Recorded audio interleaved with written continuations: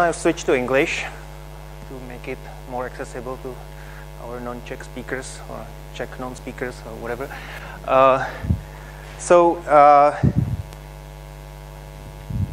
What I'm going to talk about is would not be possible without the help of literally hundreds of other people.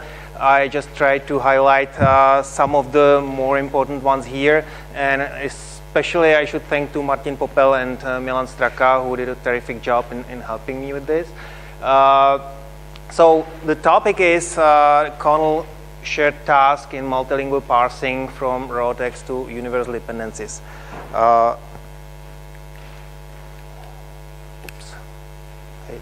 So I'm assuming in this audience I don't really need to introduce what is universal dependencies and what is dependency parsing, right?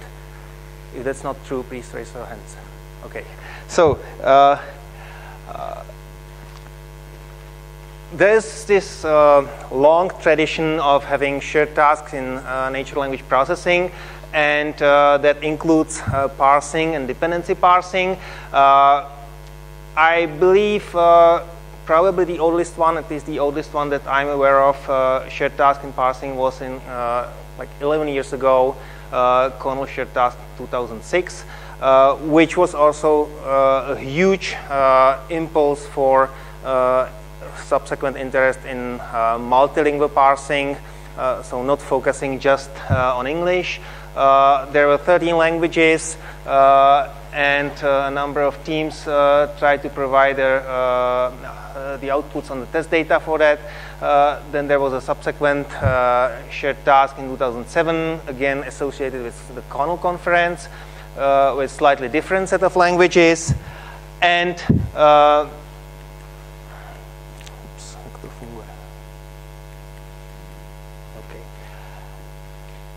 and then there were many others. So 2008 and 9, although there was a focus on semantic dependencies, again, the surface syntax was part of the task, so you could view it as another continuation of the tradition, and there were new advances in dependency parsing.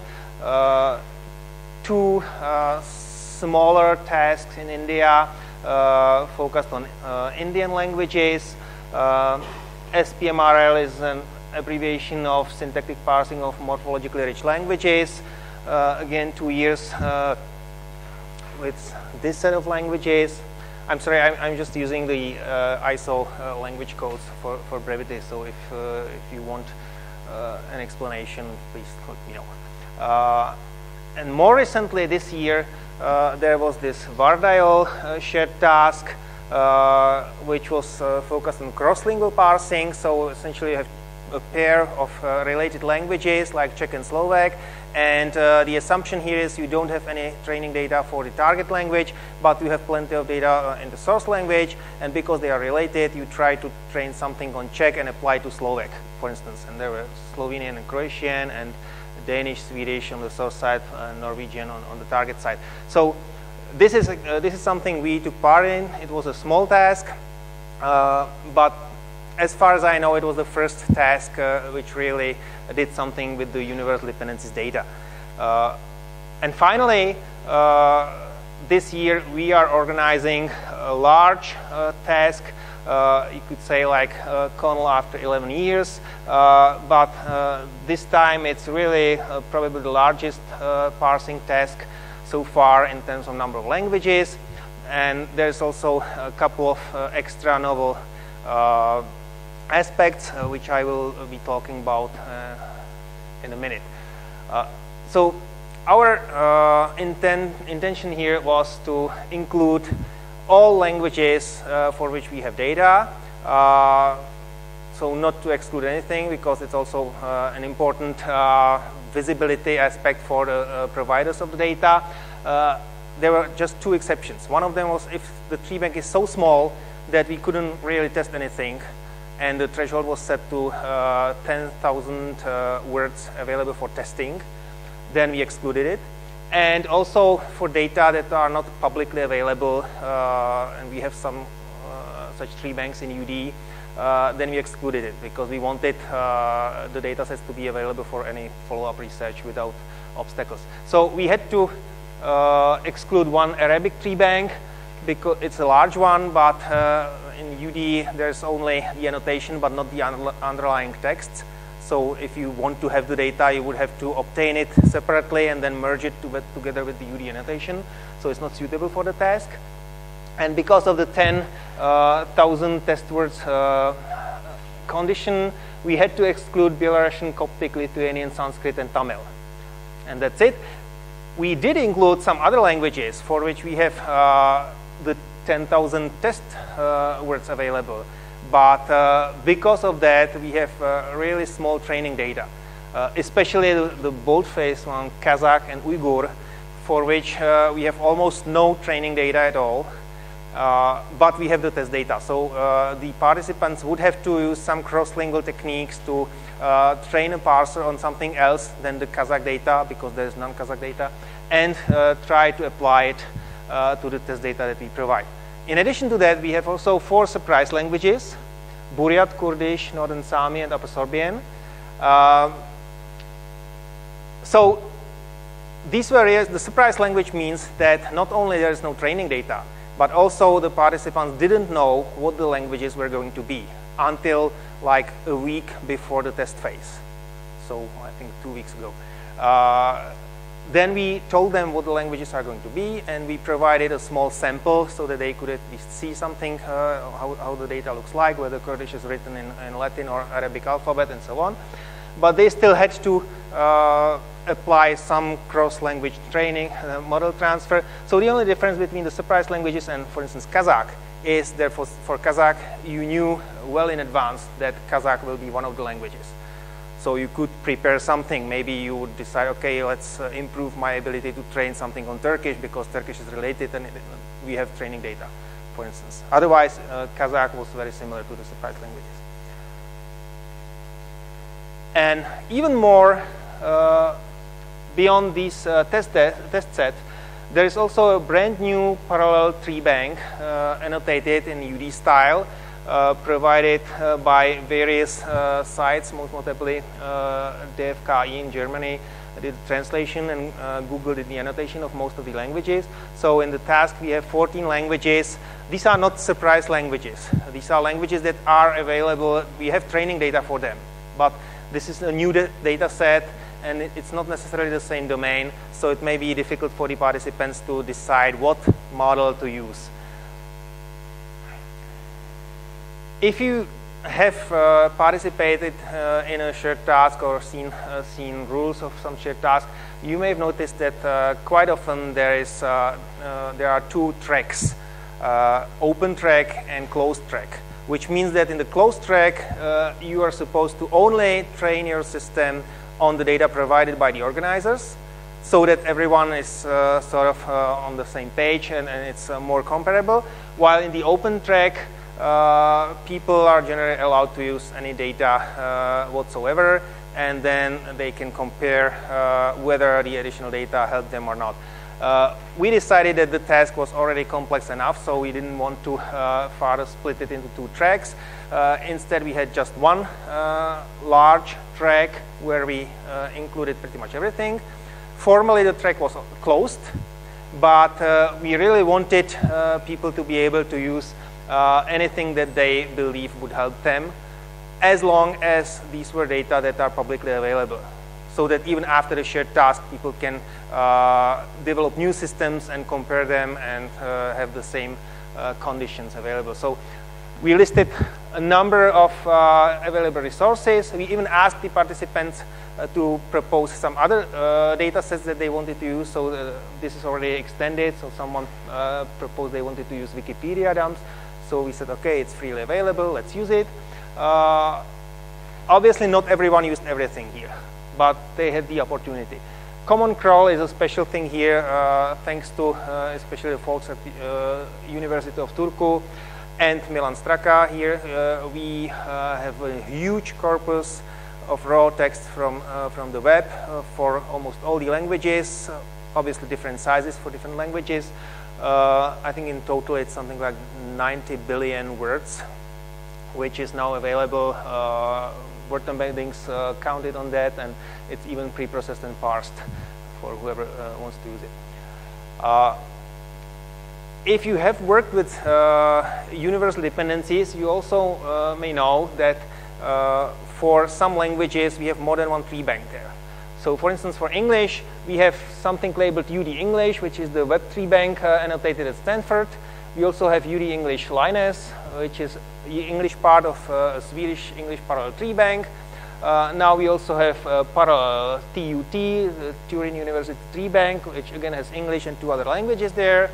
And we also have this PUD, is the new parallel test set that we created just for the shared task. So there are 4 different English data sets in the task, and each of them was evaluated separately, as if they were separate languages. But for the first 3, there are also corresponding training data. And the participants were able to learn from the language codes which test set their system is now going to process. So they could select, they could say, okay, I have one model trained on the UD English, the training part of it, one other model trained on UD English Linus, and now I'm going to process UD English Linus test set, so I will just use this model.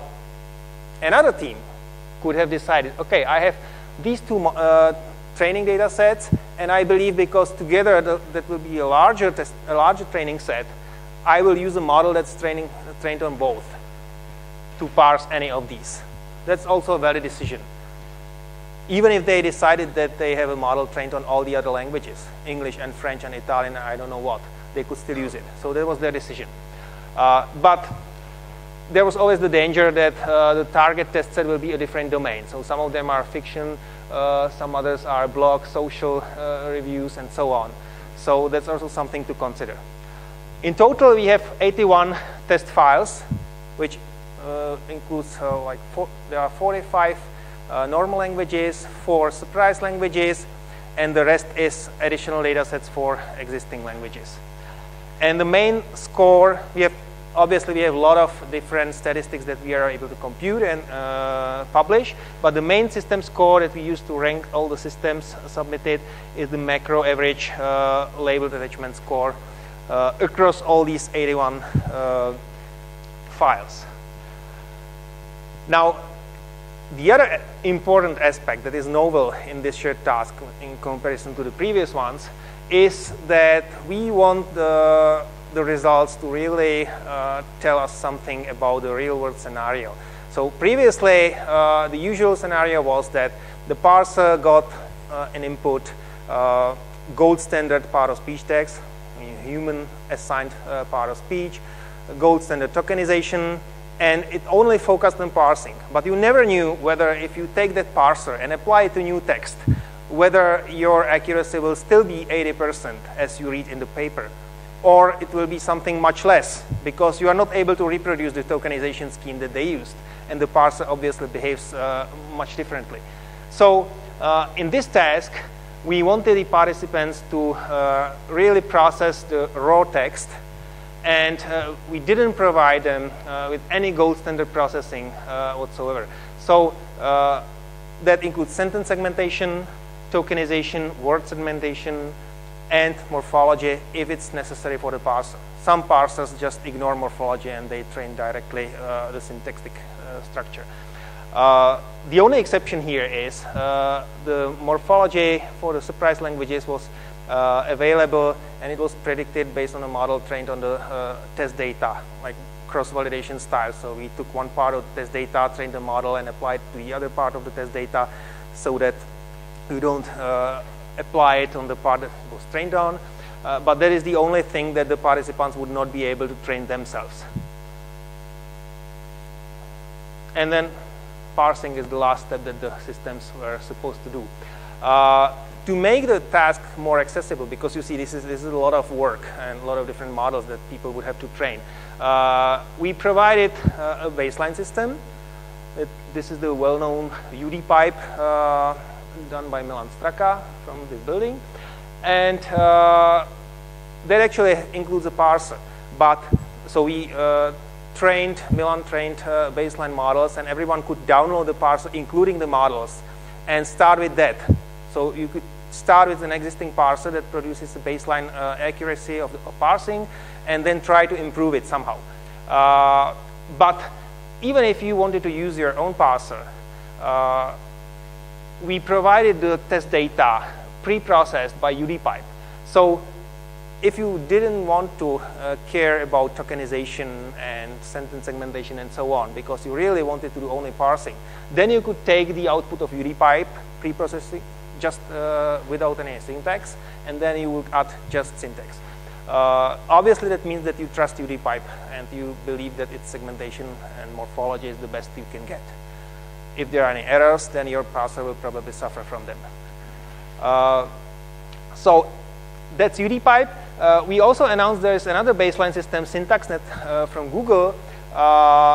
It is a baseline system in the sense that it is open source, and it comes with models pre-trained for a shared task, so you could directly download it and use it. But I am not able to provide any evaluation of the system because they didn't actually run it in the framework of the shared task. Finally, as we are talking about accessibility of the task, if you didn't want to do anything for the surprise languages, or more general for the low resource languages, again, you could probably just take one of the baseline models for any other language, or a simple delexicalized parser, and that's it.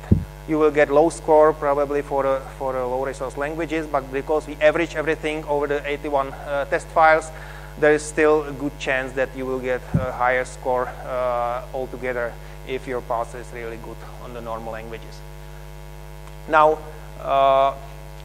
because of the setup of the task this way, we also need to apply a specific method for evaluation. Normally, dependency parsing is evaluated very easily by something called labeled attachment score. You just look at every word, and then you look at the link to its parent node, and if it's the same in the gold standard annotation and in the system output, then the system gets 1 point. And then you compute the number of correct hits, and that's the accuracy. In this case, it's not clear how many nodes there actually are supposed to be, because the system may have a different tokenization than in the gold standard. So the first thing that we have to do is to align the gold annotation to the system output. For most part, it is pretty easy, because the systems are really not supposed to differ in anything else than white space. So in this example here, this is actually the first sentence from the English data. There's Al-Zaman, that's the name of a newspaper or something, colon, American forces killed, blah, blah, blah. And the system here happened to take Al-Zaman as one token, because this is how it was written in the underlying text, while in the gold standard annotation is 3 tokens. So even though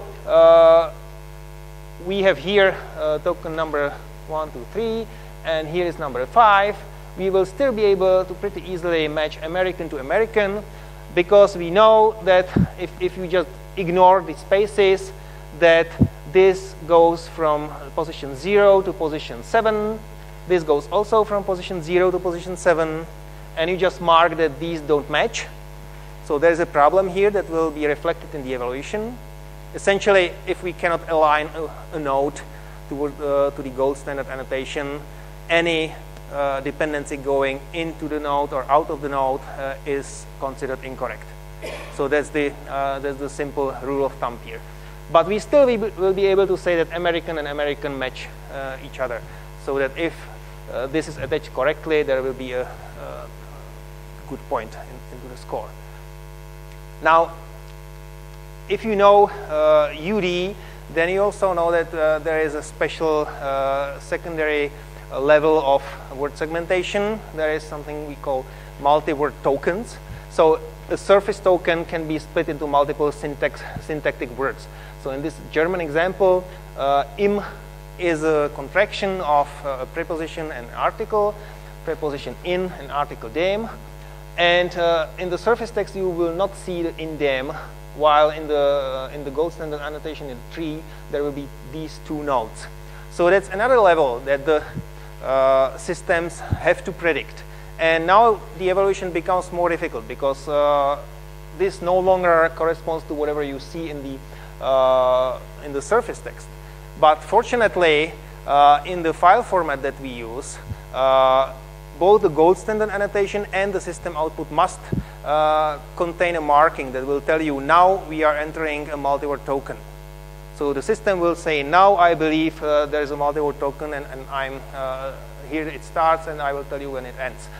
So we can align the normal words as previously, and only when we see on either side that there is a multi-word token, we have to do something special. And that something special is the algorithm for finding longest common subsequence within the syntactic words in the multi-word token. So in this made-up example, if the system just goes crazy and generates a lot of nonsense here, but still marks this as one multi-word token, then the algorithm will see that there is in here and there's in there, there's dim here, so there's a match. And even though probably the system will have the dependency links wrong here, so it will not get any score anyway, if it happens to have these, the dependencies for in and dim as expected in the gold standard data, then it will get a point for that. But it will not get any point for einem, alle zustimmen, because these nodes don't align to anything. Now, I will not go into much detail, many details here. Essentially, you know, cannot identify nodes by just their index in the sentence, because as we've seen, the indices in the gold standard data and the system output may not be the same. So we have really matched the node objects to be sure that these two align to each other. And as I said, if you cannot align a system output node to the gold standard, then any dependency going in or out is wrong. What about sentence boundaries? We don't do or we don't evaluate sentence segmentation directly. So that means we just take the whole text, the whole document, the whole file. But again, if your system has one error in sentence segmentation, then necessarily it is at least one incorrect dependency there. So indirectly, you will still get a penalization for that. And now finally, the score, because we don't know the correct number of nodes, or because the correct number of nodes may not be the same as the system output, we cannot use the normal just accuracy. We have to do precision and recall instead. So precision essentially counts, it's a ratio of how much of what the system predicted was really correct, and recall is how much of what it was supposed to predict was correctly predicted. And this is a standard way of combining the two numbers so that we get just one, and that's what we call labeled attachment score in this task. So far about the evaluation scheme. I have a couple more when I will show you the results. Now, the final bit of novelty in this task was that the evaluation was done completely blind way at a remote server. That's a new platform called Tyra or Tira, I don't know how they prefer to pronounce it. And the participating teams don't just take the test data, process it at their site, and then submit the processed data. Instead, they have to submit their systems. So that means they install their software at a remote machine. Then it's run over there, and everything stays there. So what that means in practice, there's a virtual machine in Tyra for each team. There is some basic default setting with number of processors and amount of memory available and so on. For most of the teams, this turned out to be insufficient for a parser, but they could ask for more, so most of them did. And as far as I was able to observe, the only request that was not that they were not able to honor this year was any GPUs. They said it's on our to-do list, but it wasn't available here. Otherwise, if the teams wanted like to have 8 CPUs just for them and 128 giga RAM, they just got it. They could get operating system of their choosing from a limited choice list, but most of them chose Ubuntu. And they got complete administrative access to that machine. So they could install everything that they needed for their system. So that could really be something complex with a lot of libraries. But it's all inside the virtual machine. Which the main motivation here is that it improves the reproducibility of the experiments. So after the shared task, there will still be archive of these virtual machines, and at least in theory, it should be possible 1 year from now or 2 years from now to rerun it on new data sets, exactly the same system, and compare the results and so on. So that's one thing. By the way, this was not our idea to run the task this way, but this is now a strong recommendation of the Signal committee that runs the CoNLL conferences. So we just said, okay, sounds like a good idea, we will do it. It's a new thing. I think the previous CoNLL shared task was done this way, but before that they didn't use Tyra. Now, when you have your system in the virtual machine, you're supposed to sort of remote control it through the web interface they provide.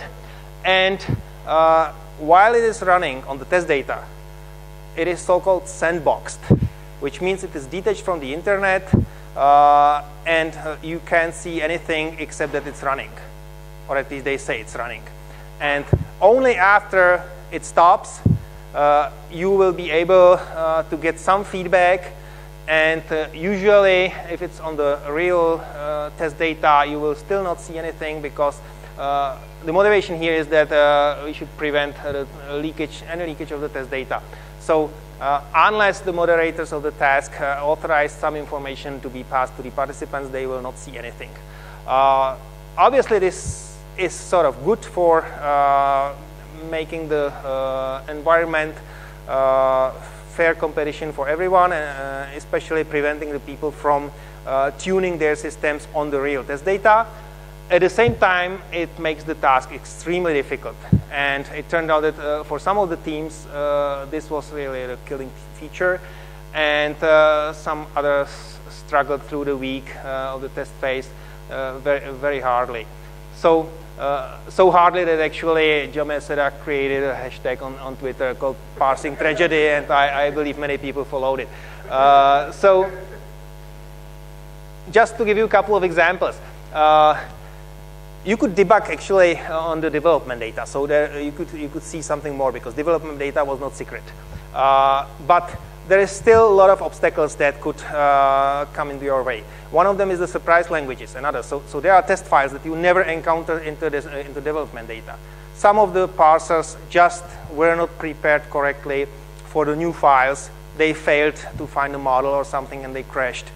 And now if it crashes, you just know that after the run is over, you can run the evaluator, but you don't see any scores if it's not development data, if it's test data. Because we didn't want them to just try, okay, my model now gives me 65%. I will try another one. Wow, it gives me 67%, so I will submit this one. We didn't want that to be done on the test data. So because of that, they were not allowed to see the real scores. So the only thing that the evaluator told them was, you're fine, you got a non-zero score on these files. And if it was 81 OKs, then they may have thought, okay, maybe it's fine. But sometimes non-zero score meant something like 0.55%, which was still a bug, but they wouldn't see it. So there was another level. I, as the moderator, I was able to tell them, look, I normally would not tell you your score, but because it's just 0.55%, I am telling you that there is something wrong with it. And then I could look at their system the standard error output of their system, and if I believe that it doesn't leak any vital information about the contents of the test data, if it's just diagnostic of that system, then I could even unblind the run so that they could see diagnostic and see maybe there was a bug message that they could understand.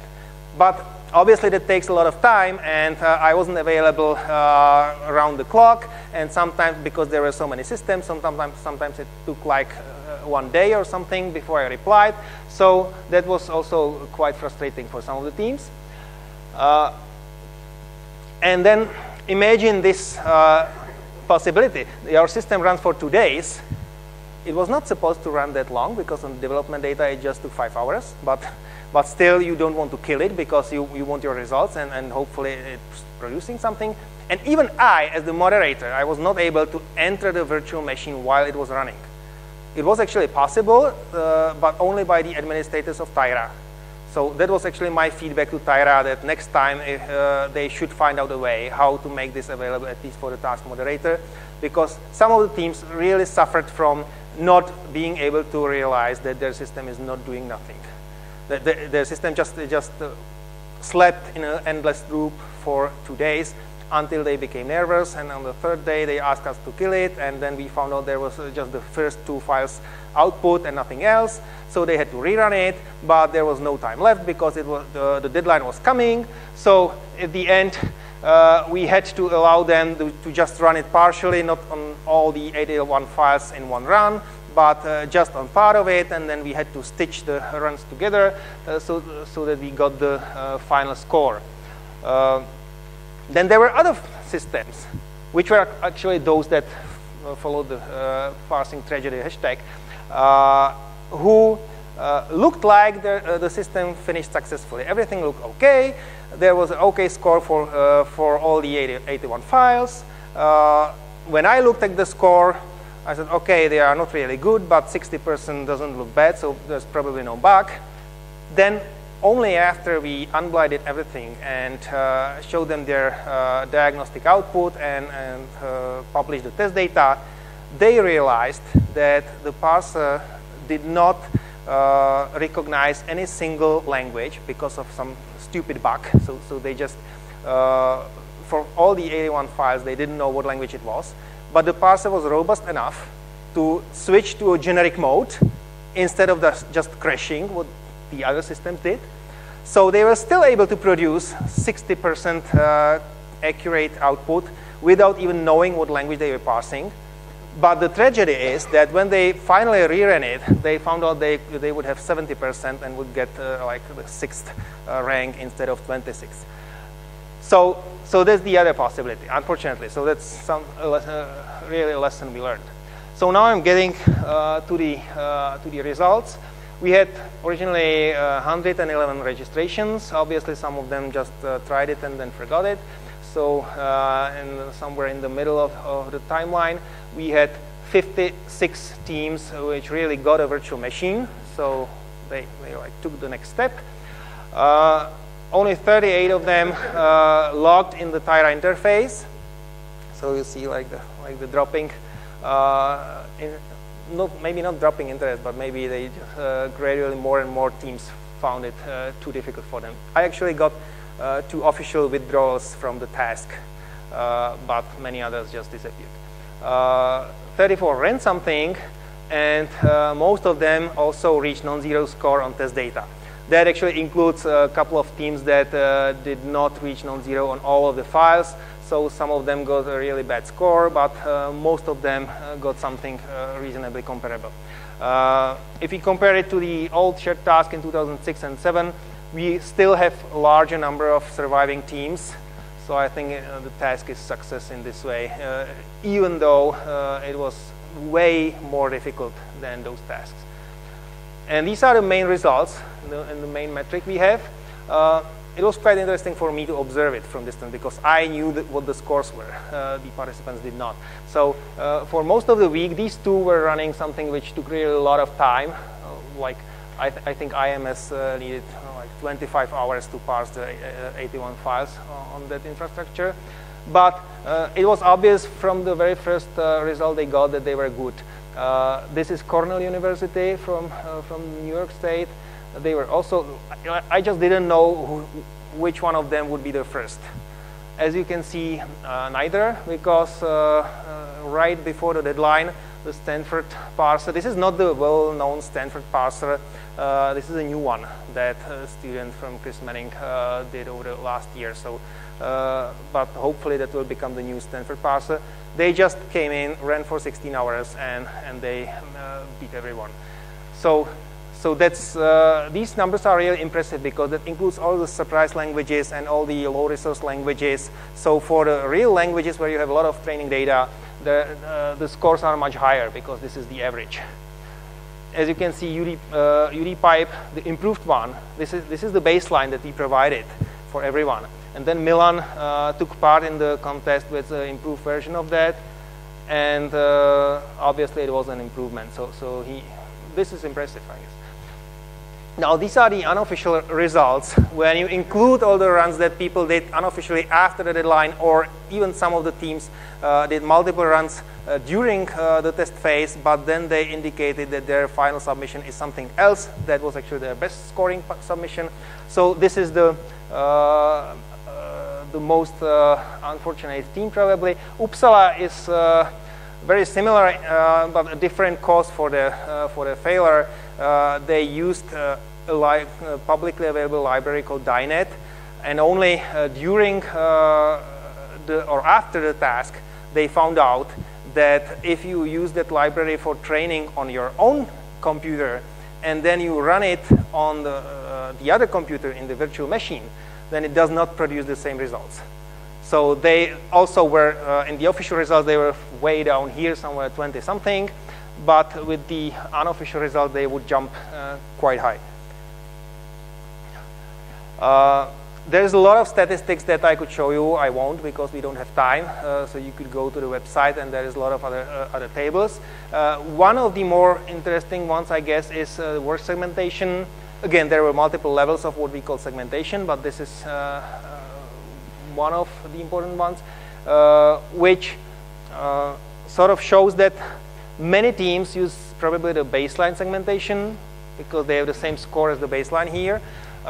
Some of them were able to improve it. Among them, those who scored in the overall score quite high, but not all of them. So CoNLL is here. Stanford, I don't know. So maybe Stanford even failed in this, but still their parser is very good. Although we don't have all the analysis now, it doesn't seem to have a very significant impact on the parsing results. I will very briefly touch on a topic that we have like a side effect of this right now. Joachim Nivre has proposed a special UD-focused evaluation metric, which essentially is focused on content words, because UD is centered around content word dependencies, and the motivation behind this is that what is expressed by analytical forms or various auxiliaries in one language might be expressed by just morphology in another language. So the same sentence in English and in Finnish might have 8 words on one side and 4 words on the other side. So one wrong word in Finnish will cost the parser much more error points than in English. So the idea here was to just disregard all the dependency relations that are for auxiliaries, and we got these statistics as like a secondary metric, not the main one for scoring systems. I think the interesting thing here is that most of the time the ranking of the parsers is the same. So probably the systems don't really optimize towards doing the auxiliary words, which are maybe easier to get to do just them. For the surprise languages, it turns out that these were really difficult. So 47% accuracy of parsing probably means that the output is still quite useless. But again, this is the average. And if you remember what these languages were, Upper Sorbian is actually an outlier here. Upper Sorbian was sort of easy for the parsers when compared to the others to get. Some parsers even got over 60% on upper Sorbian. So that is something that you already could work with. Quite likely because we have a lot of Slavic languages in the pool. Otherwise, Buryat, Kurdish, and Northern Sami proved to be very far from anything we had. But still, the systems that just ignore it got something like below 20% accuracy on those languages. And obviously, these two were focused on getting the surprise languages as good as possible. So they had an ensemble of parsers and various cross-lingual techniques. They even consulted the word atlas of languages for various features that could be present in the languages. And my final two slides are about sort of ranking of treebanks in terms of how far you can get with parsing accuracy on the data that we have. So this was sort of surprising for me, actually, that for Czech, we are able to even get something over 90%. Those of you who remember the accuracies that we had for Prague dependency treebank, where the best possible for many years was something like 86%, this looks impressive. Of course, these numbers cannot be directly compared because Prague dependency treebank is a different annotation style. There's no way of telling whether how these two would compare. Maybe analyzing UD is easier than analyzing PDT. But still, the 86% that we used to cite for PDT were unlabeled attachment score. So you did not include whether the label of the dependency was correct or not. And it was usually produced by parsers which ran on, which were trained on gold standard part of speech text and gold standard tokenization. So remember that this is end-to-end parsing from the raw text. Everything is just predicted. Nothing is gold standard on the input. And this is labeled accuracy. So it still looks like good. And there are other Slavic languages here. And now for this sort of table, it would actually make sense to look at the Joachim's special metric. So I have the same ranking with class as well. And there are now more differences than with just the parsers. But not so large differences that I would expect.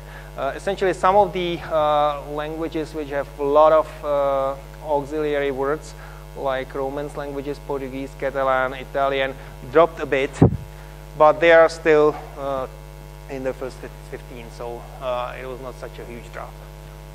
English is way down somewhere. So I don't have really a conclusion here because we are still right now we are writing the overview paper, so we still don't have all the knowledge of what the different parsers used. Essentially, the one message here is that the neural tsunami hit here as well. I believe all of the parsers use some sort of neural network inside.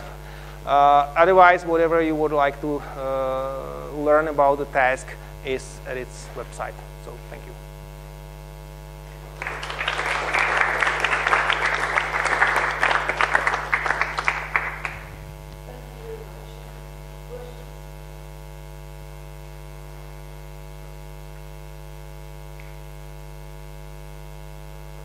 People are tired. I have a question. If someone knows how to evaluate significance and confidence interval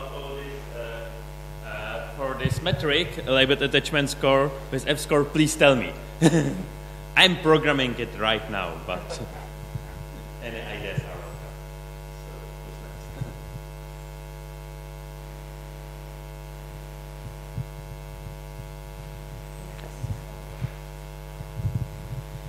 Do you think that if the submission process was simpler and it didn't use all those virtual machines and the blind submissions, etc., that there would be more participants who would successfully complete the system? It is difficult to say. I definitely know about a number of teams that failed to get to the end because they had big problems with the virtual machines, but they were already in the process. So there may have been others who just decided not even to log in Tyra because they decided it was too difficult for them. I don't know about them. On the other hand, for me as the organizer, Tyra provides a very comfortable way of observing what's going on. So I know that someone has a problem. The problem was that I wasn't able to react timely in many cases during the test phase week when everyone was in panic mode. But otherwise, in a normal classical setup of task where everyone is working at home and then or at their institute and then they just submit the processed files, you may not know until the very end that they are struggling with something where maybe you could be of help or not. So then you only at the when the deadline strikes, you realize that you have only 15 participants and maybe you could have 20, but you don't know why. So there are like two sides of it. Thank you. Yeah, right. So actually, this is working. Anyway, you can hear me. So actually, okay. Yeah. So using the virtual machine was not hard. I mean, it was very easy to log in, and Martin Podhast, who sets them up, was very helpful. You could ask him for more RAM or things to help out. The extremely hard thing was that you saw no output from your system. So I don't know. The only thing that could have changed that would have made it easier for the participants is that some kind of sanitized output could be shown to them. That's basically the only thing I think that could make it easier. Otherwise, for some people, I think it was actually better because it could be that you have way more power on the virtual machine than you have on your home computer. So you could do the training on there as well. I think if I can follow up on that, for some people who would otherwise run it at their own laptop, it was definitely more powerful to run it in the virtual machine. Some others, actually, the Stuttgart guys complained that they have a powerful cluster at their site, which probably would allow them to run something much more ambitious than they did in the virtual machine. But I think at the end they were quite happy because they got a lot more resources.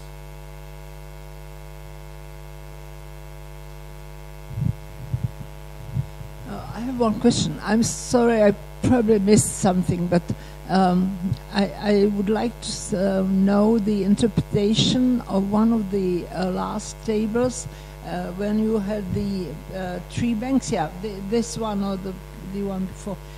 What does it mean? I mean, when you compare, what does it mean, tree bank ranking? It doesn't mean much. It doesn't. I mean, I would be very careful to interpret this as any sort of language parsing difficulty or whatever. But I think at least for people who were used to work with one or a couple of particular languages, it may be interesting to see also the per language best scores, because you know what's now possible, at least in the UD annotation style. So for me, knowing that Stanford has the 76 aggregated score tells me that the Stanford parser is very good, but I still don't know whether it's good for Czech as well, although probably it is. Well, this tells me that it is the best one and how good it is. One interesting exception in this Stanford everything column is this TRL is actually a Tokyo IBM research team who were really bad in everything because they did something unsupervised, or so they told me that they didn't mind bad scores, except for Japanese. And when I helped them debugging something, it was actually obvious from seeing the output of the system, the diagnostic output, where it was like all the time starting language Buria doing something, okay, outputting something, starting language Bulgarian, all the same. And when it tasted Japanese on input, I say, it suddenly did something else, and there was a lot of output and launching this module, that module, blah, blah, blah, blah, blah. And finally, they got 91%.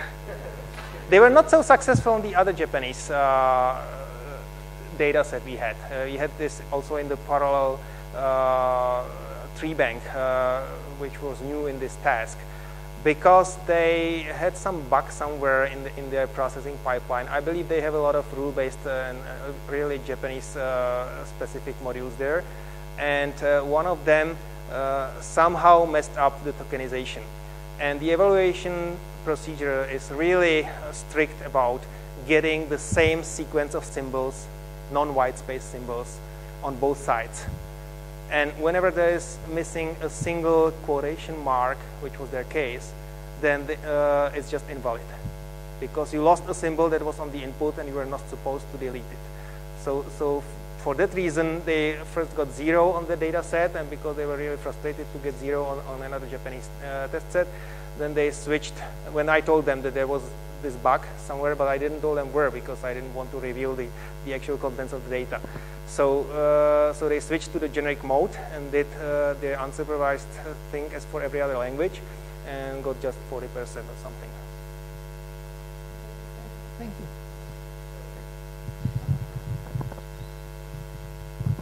I just wanted one more question about this ranking. Is there a correlation between the results and the trained data size? I mean, perhaps the parser should get better results when the training data are larger, and then less. It's not perhaps that much about language difficulty, but about the size of the training data. I think it would be both. That's a good point. Definitely, both the Czech sets that we see here are pretty large in comparison to the others. Syntagros is also very large. I think after the Prague dependency treebank, it is the second largest training set we have in UD. But we don't really know, because the teams were allowed to train on anything. So we don't know whether those who parsed successfully these two Czech sets, whether they trained on combination of the two treebanks or on just one of them. I believe we will be able to read that from their system description papers. But so far, I already have the papers. They are under review now, but I wasn't able to read them all. Along similar lines, did you notice any significant change in performance between across treebanks with a lot of non-projective sentences, as opposed to ones that were more projective? So I believe ancient Greek was famously non-projective. Did it show up a lot worse than the others? I don't know. Okay. You would have to look at the tables. Okay, and, yeah. I don't even have up. the statistics of non-projectivities, although I know that ancient Greek has a lot of them in the data set. Yep. So good question, no answer, sorry.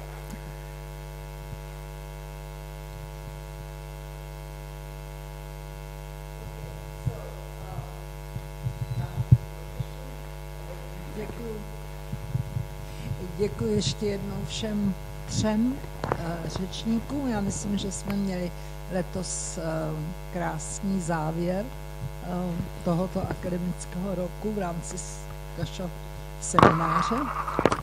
Těším se, že se sejdeme příští rok. Můžu vám ohlásit nebo předem ohlásit 2 takové třešničky, které doufám se nám podaří utrhnout. Máme to slíbeno. Jedna bude trochu v rámci ne toho, co říkal Dan, ale spíš typologie, tedy lingvistického rámce, typologie a universal dependencies a jak se to má dohromady. William Croft slíbil, že přijede na podzim, a druhý host bude Barbara Grossová, přední komputační lingvistka původem, abych tak řekla. Dneska už spíš se zabývá víc umělou inteligencí jako computer science, nicméně je to jedna z nejpřednějších komputačních lingvistů této éry, nebo jak se ukáže na ACL letos. Takže myslím, že, a to bude na jaře, takže myslím, že budeme se mít na co těšit. Tak ještě jednou děkuju moc krát, přeju hezký prázdniny a těším se na shledanou.